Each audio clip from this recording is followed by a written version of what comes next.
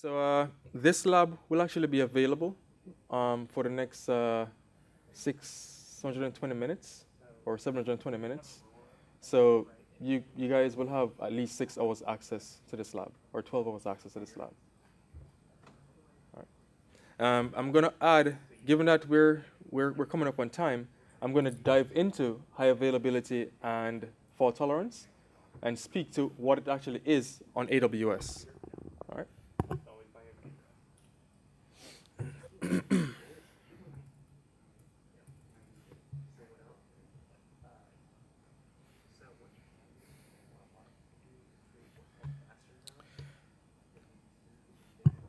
So how do customers actually build environments on AWS that are fault tolerant, right?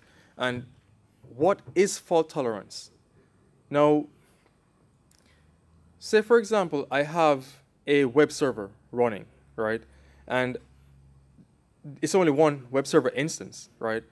If something happens that takes down that instance itself, or the availability in zone where that instance live becomes unavailable, right? How can I actually build in a contingency plan that takes that into consideration, right? And that's where the elastic load balancer comes into play. Now, the whole concept behind the ELB is that it absorbs client requests on behalf of your EC2 instances, right? So no longer do you need to actually attach a public IP address to your EC2 instance in order to make it accessible by your customers. What you can actually do is to add an elastic load balancer that, again, it's not a single entity. It's actually multiple entities, right? So if you do a DNS dig or an NS lookup on the host name of your elastic load balancer, you'll get multiple public IP addresses. And these IP addresses actually change quite often, right? Now, if somebody decides to connect to your EC2 instance, it first hits the elastic load balancer, and it then, within itself, distributes that load. Within Amazon, we have two types. We have the classic load balancer that operates really at layer 4, which means if it gets an HTTP packet, it's just going to redistribute that packet, right, to all the instances that are attached to it. It's not going to inspect that traffic and look at the header of that traffic, right? So what happens if I actually have containers running on AWS with multiple applications on them, right? Am I going to instantiate multiple elastic load balancers? Or does Amazon provide a single load balancer that checks the header of that packet and then redistribute it based on the header, the HTTP header, right? The answer is yes. We actually launched last week the application load balancer that operates at layer 7. And this load balancer actually inspects the header of the packets that it receives, which means that I can actually have multiple use cases attached to one single load balancer, right? And I can intelligently redistribute the load based on the header of that package. So in the lab following this, it's really going to take into consideration the classic load balancer, but which is still available and will be available for the foreseeable future. But if you have needs for deeper health checks, for example, then you'd actually look at the application load balancer, right? Because it can actually far outperform the classic load balancer. Now, how do you achieve fault tolerance? The Amazon Elastic Load Balancer is itself agnostic to a single geographic area within your region, right? Which means that it actually operates across all availability zones. As a matter of fact, you can't create an Elastic Load Balancer without specifying two subnets that lives on completely different availability zones, right? Now, the fault tolerance come into play when you have instances spread across these two availability zones or more, right, all attaching themselves to the elastic load balancer. The load balancer itself does a health check on all the instances that are attached to it. So if something happens to one of your instances, it will actually quarantine that instance and redistribute that load to the healthy instances. And that's where you get the fault tolerance coming into play, right? Any questions? Now, as I said earlier, the classic load balancer really only accepts TCP, HTTP, and HTTPS packet traffic. The application load balancer, on the other hand, actually accepts WebSocket packets, right? And it uses the WS or WSS protocol, as well as it does support HTTP 2/2, so the new HTTP protocol itself, right?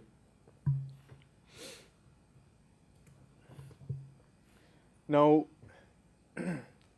fault tolerant, if you look at this image here, this is exactly what Elastic Load Balancer is doing, right? It has functionality built into it that provides you with sticky session capabilities, which means that if a user establishes a connection to an EC2 instance sitting behind your Elastic Load Balancer, that user can actually talk to that instance for the lifetime of that session, right? Or if you don't need that kind of functionality, you can simply have the load distributed evenly, which means if you have 4 EC2 instances within your web server group, traffic will be distributed across all instances, right? You won't have 3 instances being hit with traffic and another instance just sitting there not getting any traffic at all. And you can actually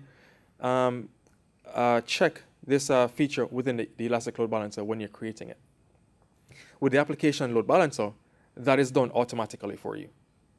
You don't need to activate that. So fault tolerance really comes into play when you design your environment for fault tolerance using tools like the Elastic Load Balancer, right? We generally recommend spreading your loads across multiple availability zones so that if anything happens to one availability zone, you will always have that second online because of the isolation that we design our regions and availability zones with.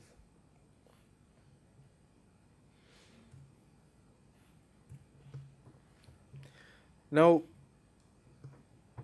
if I can actually achieve fault tolerance that easily, right, by designing my environment for it, how can I actually achieve high availability, right? Because fault tolerance is really designing for handling unknown issues that may occur, right? How do I actually react to a failure within my environment to ensure that the availability of my application is consistent, right? And that's where autoscaling comes into play, right? Autoscaling uses a number of services that detect a breach of a particular threshold that you set within the AWS environment, and then it reacts to that breach of that threshold. For example, if I actually say to myself, you know what, my web servers should not, my CPU utilization on my web servers, the average total usage should not go beyond 50%. What happens if it goes beyond 50%, right? Or what happens if it goes beyond 80%?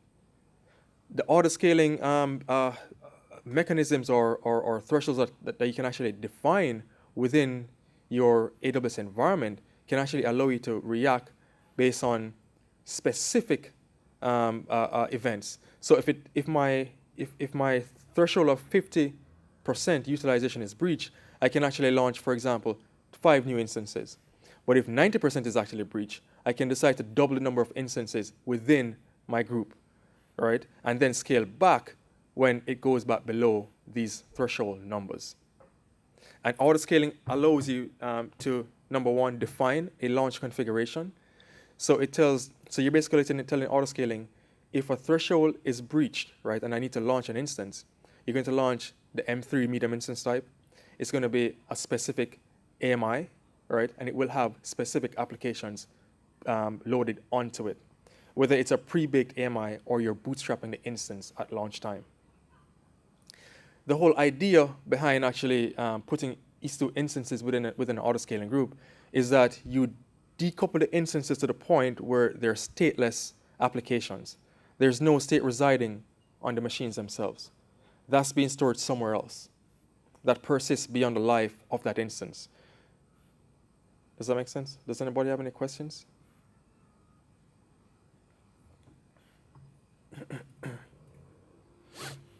So what I'm actually gonna do now is to create an autoscaling group, right, and attach that group to an Elastic Load Balancer, And I'm going to simulate failure within that group and show you how it reacts to the failure itself.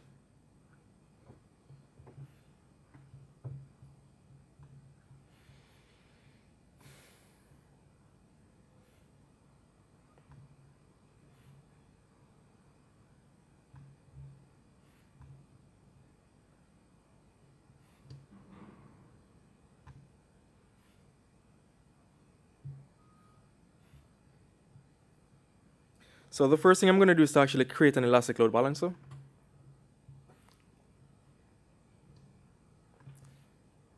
And as you guys can see here, it gives me the option between both, right?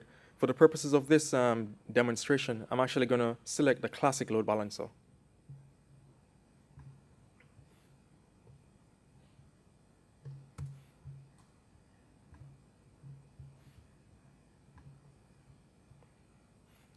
Now, I want this load balancer to be a public-facing load balancer, right? So I'm going to give it a name. I'm going to call it KDD 2016, getting started on AWS.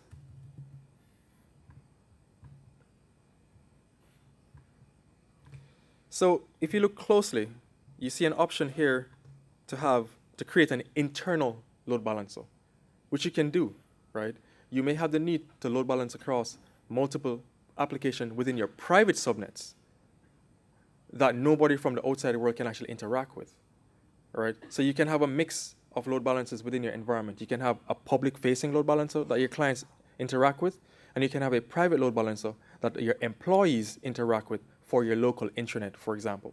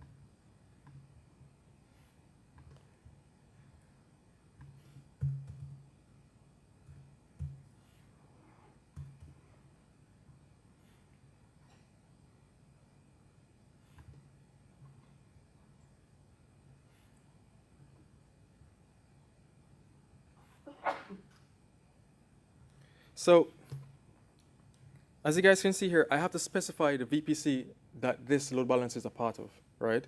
And once I have done that and I select and enable advanced VPC configurations, I'm asked to select, what port it's going to listen on. So you have to select the port that your customers are going to communicate with your EBS, with your load balancer on, and the port that your load balancer will communicate with your instances on, right? I'm going to change this to TCP. And I'm going to go down and actually select the availability zones and subnets that I want to be a part of it.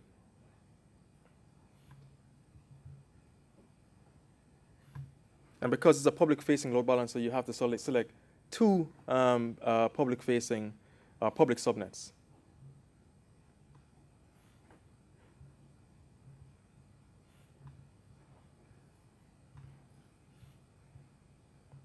And of course, everything is secured, right? So I have to select a security group. Now, I already have a security group created. But for the purposes of this lab, I will create a new one.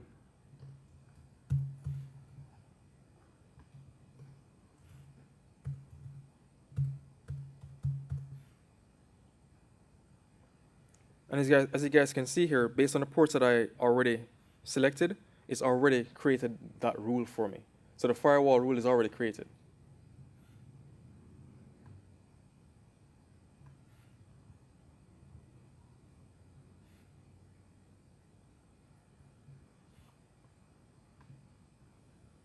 Now, the health checks are really important, right?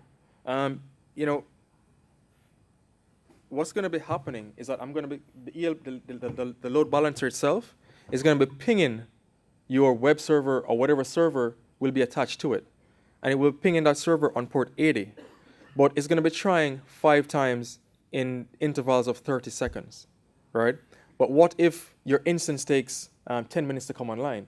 It's important for you to actually modify these advanced details to match the launch time or the boot time of your EC2 instance, because if it doesn't, the load balancer will not attach your EC2 instance to it when this threshold is exceeded. But because my instance is small, this is perfectly normal. It's perfectly okay.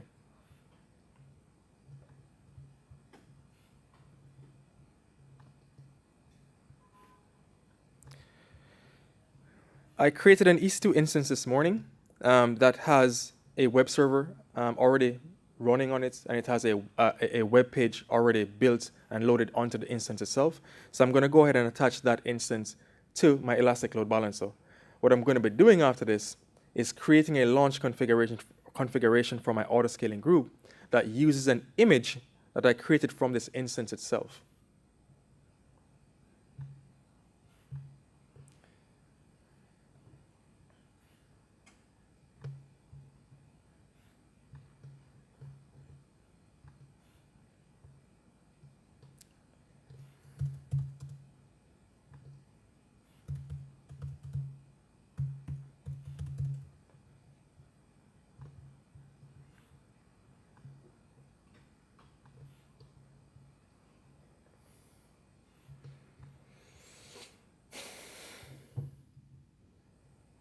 So if I click on my load balancer's name, I can see it here. And I can also see its attributes. So I designated an instance to be attached to it. And if I look here, and I hover over the status exclamation sign, it's telling me that my EC2 instance is still registering. So again, if your thresholds do not match up with the load time of your instance, this status column will come back saying out of service instance ELB could not communicate with instance, right? So it's important that you know the load time of your EC2 instances that you're going to attach to an ELB.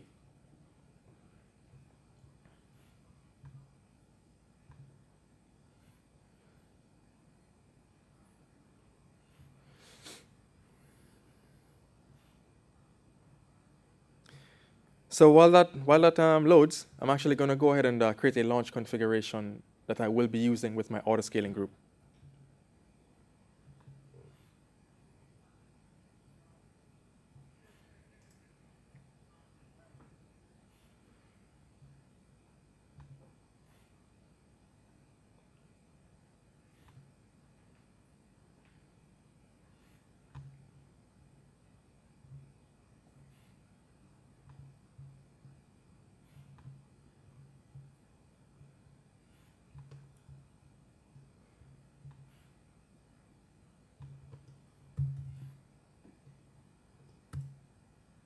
So this is actually the Amazon machine image that I created this morning, all right? And I've actually made this image public, so if you guys want to search for it, the name is inside of the fault tolerant and highly available lab that I will be uploading after this. So you guys can search for it, and you can make it a part of your environment if you want, or just to execute the lab as well.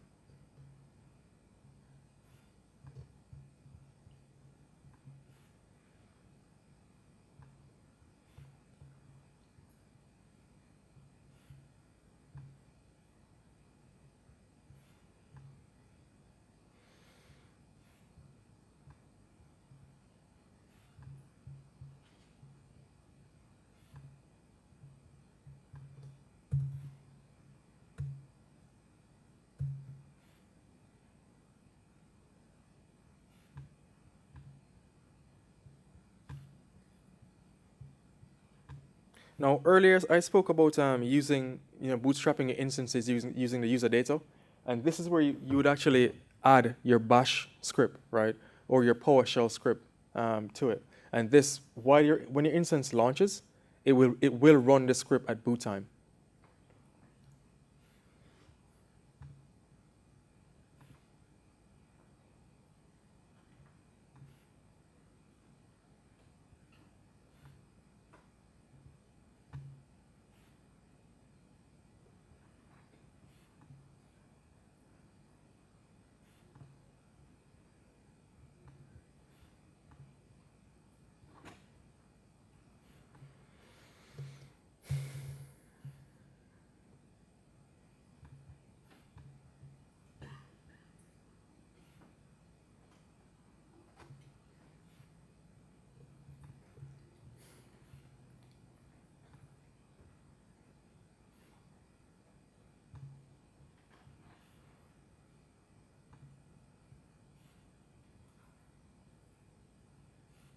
So I'm not necessarily going to walk through the different scaling policies that you can implement within this lab.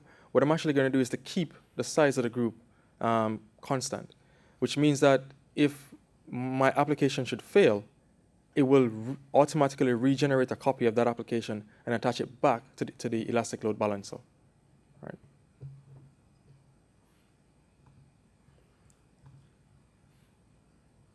And when it fails, my system will automatically send me an email saying this particular instance failed.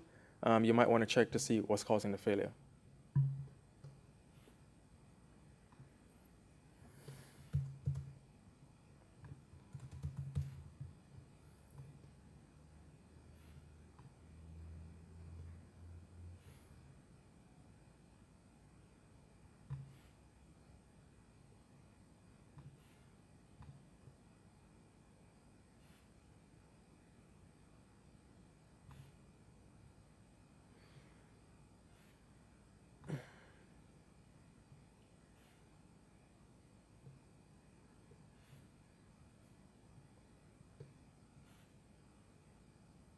So when I started this, right, I had the original instance that I attached to the elastic load balancer, right? The group exists outside of that instance. So when you create your auto scaling group, it's going to create your group outside of the instance that already exists. So if that instance should fail, it's not necessarily a part of this group. So if an instance within the group fails, though, auto scaling will respond to that, right? So basically what I'm saying is that you can do it that way, where you have the original instance that you use to create the Amazon machine image also attached to your ELB, or you can just start from scratch, right? And create your auto-scaling group with just the image and allow that to present itself to your customers.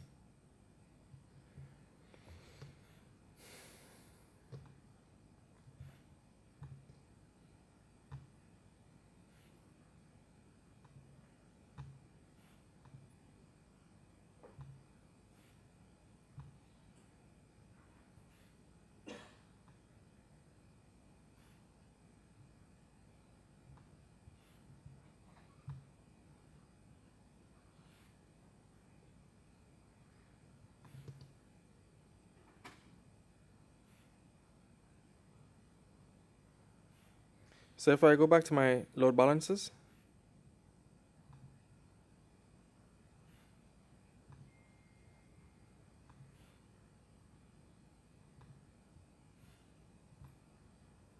I should see the load balancer I created.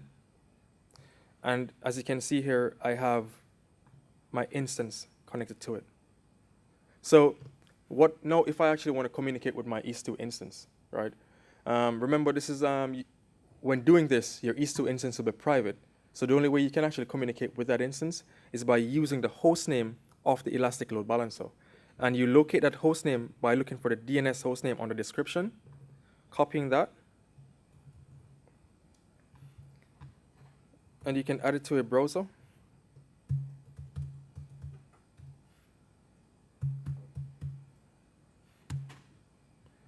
And your web page comes up. So if you guys choose to actually leverage the elastic load balancer, right, the ELB hostname is what you will actually add to your DNS record set, right? So if you're using Route 53 and you want to actually have your own DNS, customized DNS name that resolves to the ELB hostname, you can simply do that by selecting the A record and then alias, and it allows you to add a host name to that A record instead of an IP address. But there it is, right? That's my website that I just connected to via my ELB. And this website actually pulls the metadata information from the file itself and presents that to you. So as you're looking here, this is the original instance, which means the Amazon AMI launch index is 0 because this is the first machine being launched from this image.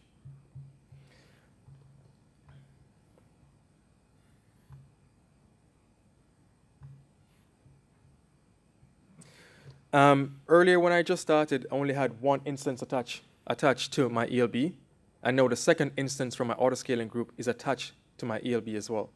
The request I sent a while ago to pull that web page could have gone to any one of these instances.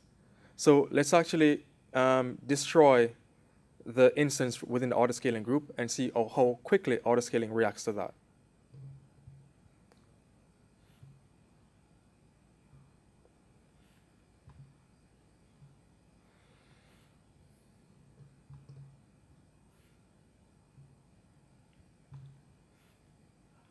And I named it failure, so let me go ahead and kill it.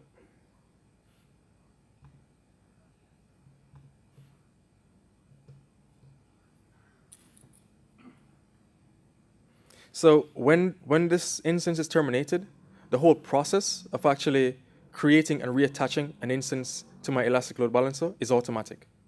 Because during the creation of my autoscaling group, I selected the elastic load balancer that I want automatic association to be with.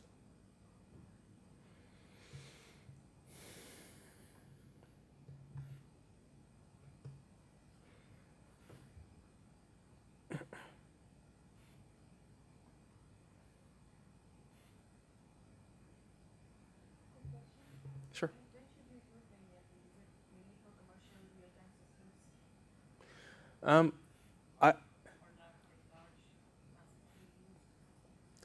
I would actually use it if I have stateless applications, right? And I don't necessarily want to expose my servers to the internet. Then I can actually use the ELB as that first line of contact and support, which means that if there's a denial of service attack on your environment, your web servers don't automatically absorb that, or they're not readily absorbing it. It's being absorbed at the ELB first, right? So it kind of shields them a little bit. But you should still design your environments for that kind of attack. I have a similar question. Sure. A lot of this talk is, or a lot of this conference is data people that run and train machine learning models. Mm-hmm. And this talk was a lot of consumer stuff that is beyond me, running websites, running applications.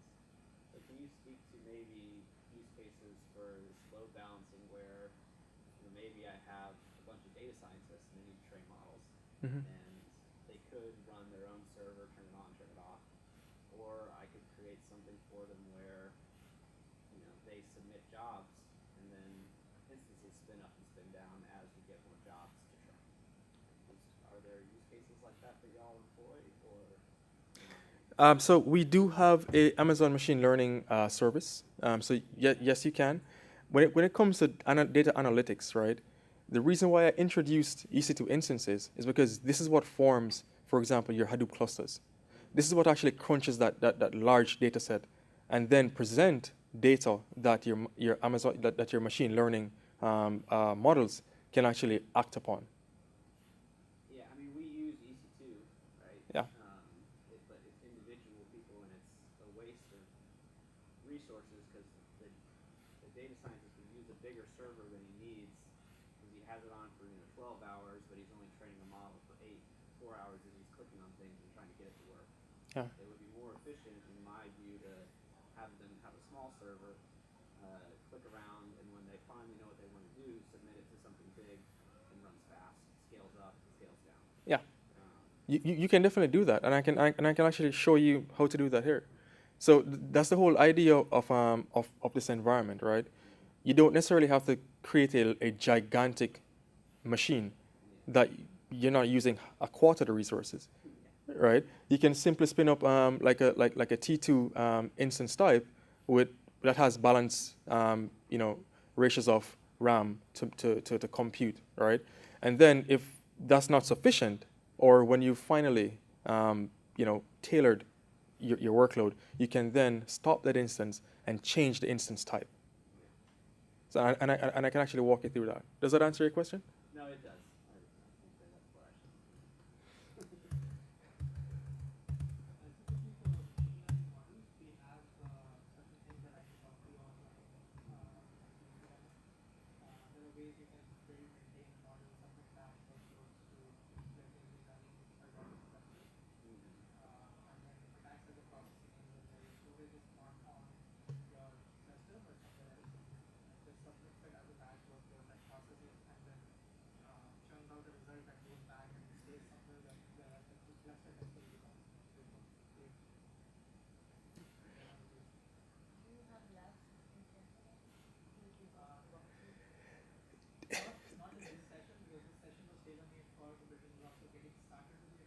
Yeah.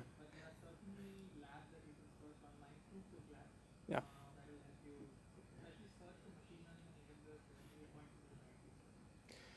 We need to ensure that you have access to those labs in terms of tokens, etc. So that's again we can talk offline about that. The machine that's called failure, I killed it earlier and it recreated a new one, right, with the same name. So I know exactly what that machine belongs to. It belongs to the autoscaling group. And I mean that brings us to the end of that particular lab.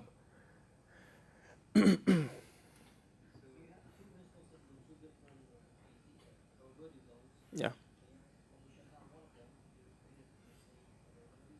So you have the option to actually specify all availability zones, right, or the availability zones attached to the ELB. And then when you've done that, the autoscaling will actually create the instance in either of those AZs for you. And that's automatic. The selection is automatic. You'll be sharing the steps for the lab, right? Yes, yes. And I'll be able to use this database control, right? Yes. I mean, earlier it showed like each terminal have access to HTTP or a scaling group or something, right? So I've actually increased the time, and the lab isn't actually there yet. I'm just going to upload it right now. So when is it going to expire? In about 12 hours. Yeah. Go ahead.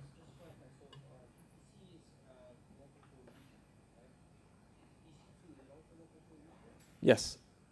But you can actually create an image of your EC2 instance and share that image or copy that image across to another region. Yeah. All right. Thank you.